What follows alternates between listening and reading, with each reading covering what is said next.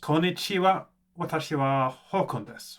Hello, my name is Hakon, and today I am continuing my informal course in Japanese, which is, as you know, if you follow this series, a way for me to repeat to myself how Japanese works and to relearn it for myself. And as an extra bonus for whoever is watching, you may also learn something if you like watching this. So, this is not a well-structured course. I'm doing this as I go along. I am actually making this sort of semi-structured, trying to go from the basics to the more advanced stuff as I go along. Now, today I'm trying something new. As you see, my background has changed because I moved my desk, and I'm using a whiteboard today, just to see if that is preferable to using paper. At least I won't use as much paper because I was using quite a lot. So,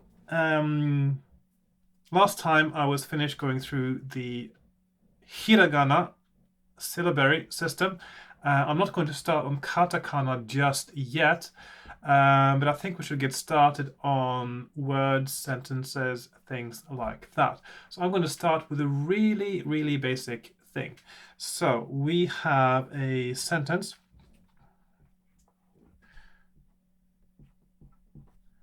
Watashi wa, and then we can do ni nihonjin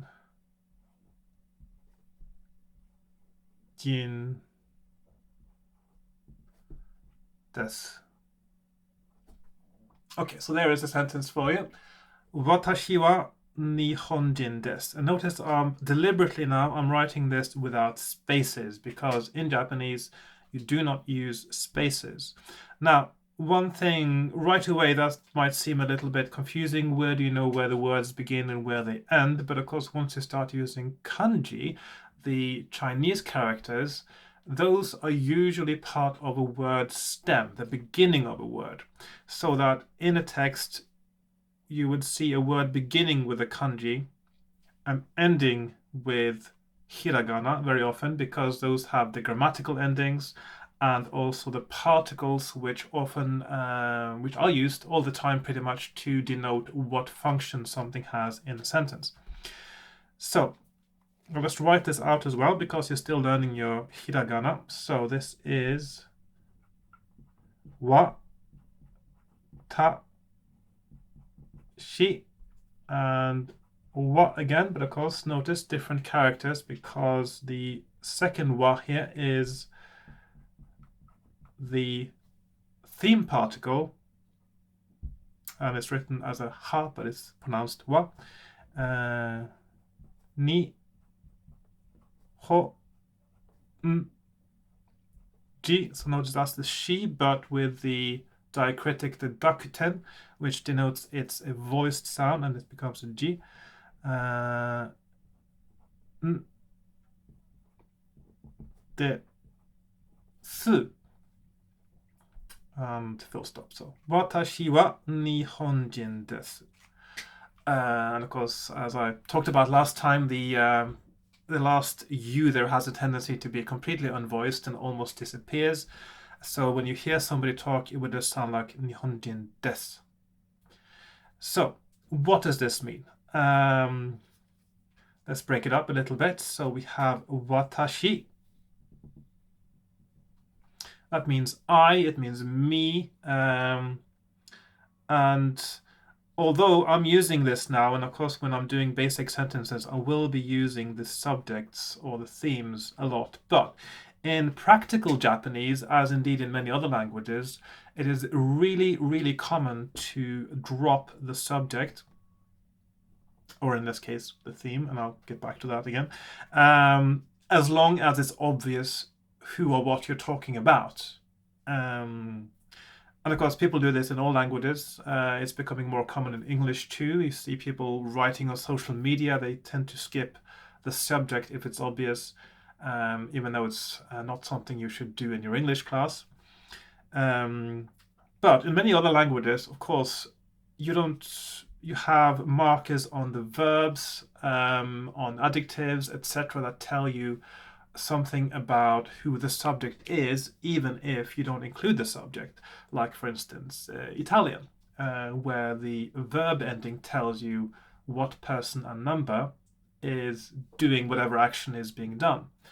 In Japanese, interestingly, there are absolutely no markers or indications of number, gender, or anything like that on the nouns, on the also definiteness, like we have in English. We have a cat, the cat, and there's no markers of plural either. So there's no in Japanese, in sort of its basic sense, there are ways to express this. You wouldn't have, if you just see a noun, it can be this. If you have the noun cat, for instance, in Japanese, which I believe is, let me think now, I think that is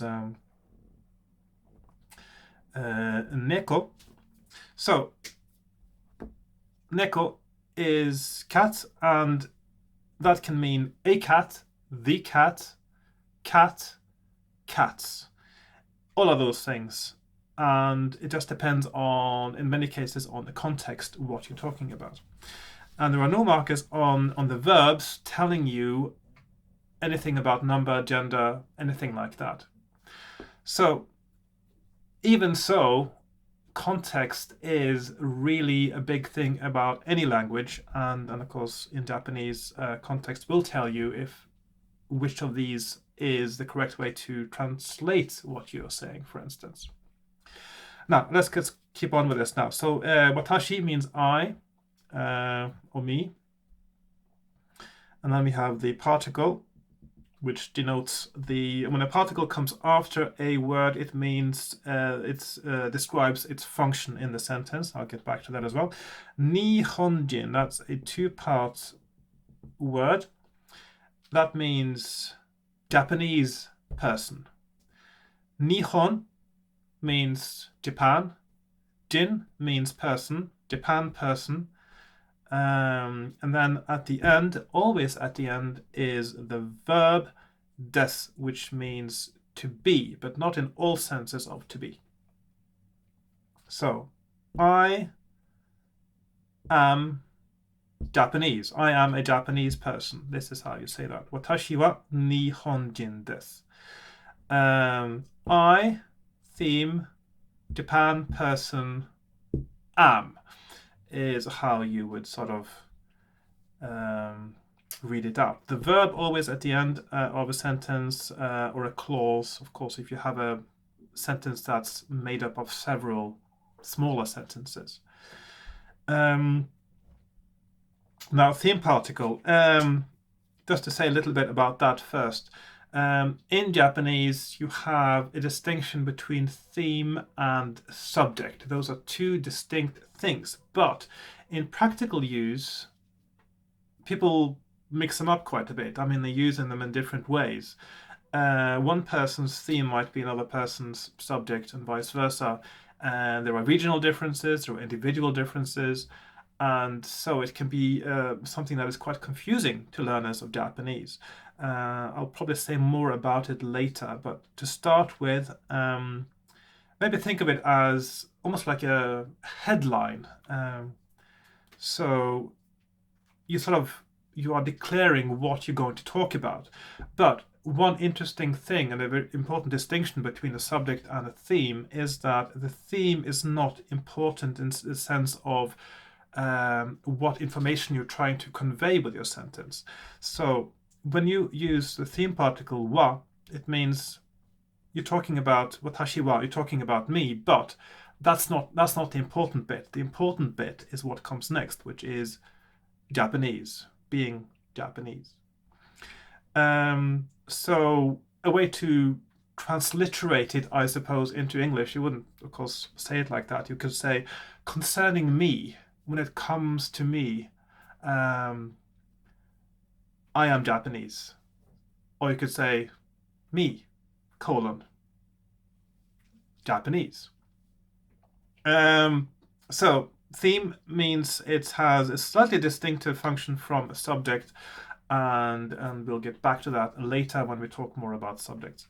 For now, think of it as a kind of a subject, I guess. But the focus in a sentence with a theme is always not really on the subject, if you see what I mean.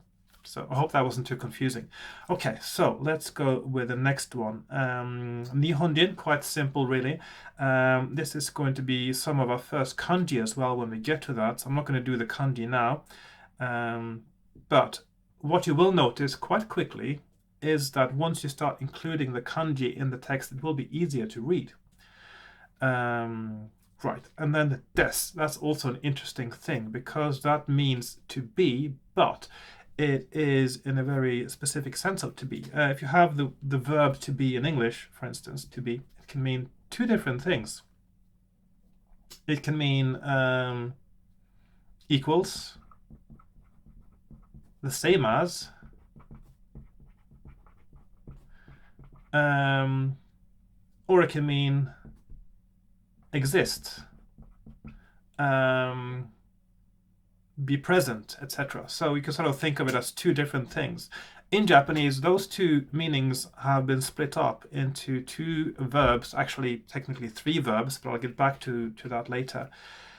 And the verb des is only used for the meaning equals, the same as. So if you can take a sentence and say that, so in this case, watashi, so I, me, I'll just put that, equals Japanese.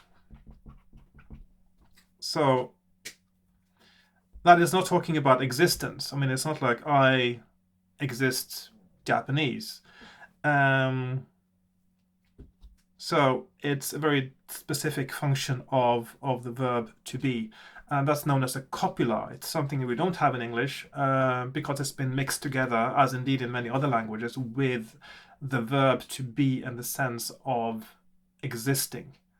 So one thing to be aware of, and it becomes really natural quite quickly which one to use, but for starters, it can seem a little bit confusing, but it means, think of it as an equal sign. If you can say one thing is the same as another, or an attribute of something is something else, which of course in this case I mean Japanese as an attribute of the theme, subject, then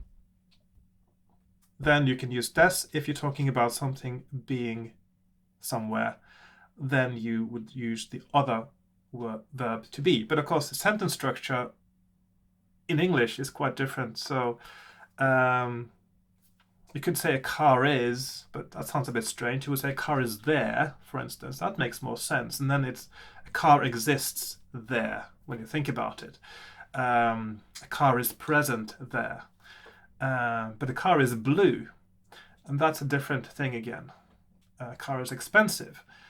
So those are using, so when you're saying something about the qualities of the car or of the subject, then you are using the copula version of to be, really, the des, and it's equals, the same as, has the attribute of, etc. So watashi wa nihonjin desu. I am, or I have, or one of the things that define me is to be Japanese. And I think I'll leave it there for now. I think that's quite, just to make this a little bit compact and not do too many things in each lesson. So what I will do in future lessons now, I will take little sentences like this and talk a little bit about how they work. And I will be introducing some kanji as well soon. Maybe I'll use the same sentence as well. So interesting things we've learned today. We have the first pronoun we've learned, which is watashi, me, I. We have the theme particle, which is distinct from the noun particle, which is wa, and written as ha. And this you'll get used to really quickly because it's used so much. And then we have nihonjin, which is a noun, which means Japanese person, Japan person, literally. and the copula, the simplest of verbs meaning to be. Although it is simple, it is actually a verb that has a non-standard negative and other conjugations. But we'll get back to that. It is not very daunting compared to, for instance, conjugating to be for the first time in French or Italian, for instance, or Spanish, because the verb to be usually has a lot of very non-standard conjugations in lots of languages because it has retained its ancient forms better than most other verbs because it's used all the time. So there we have it.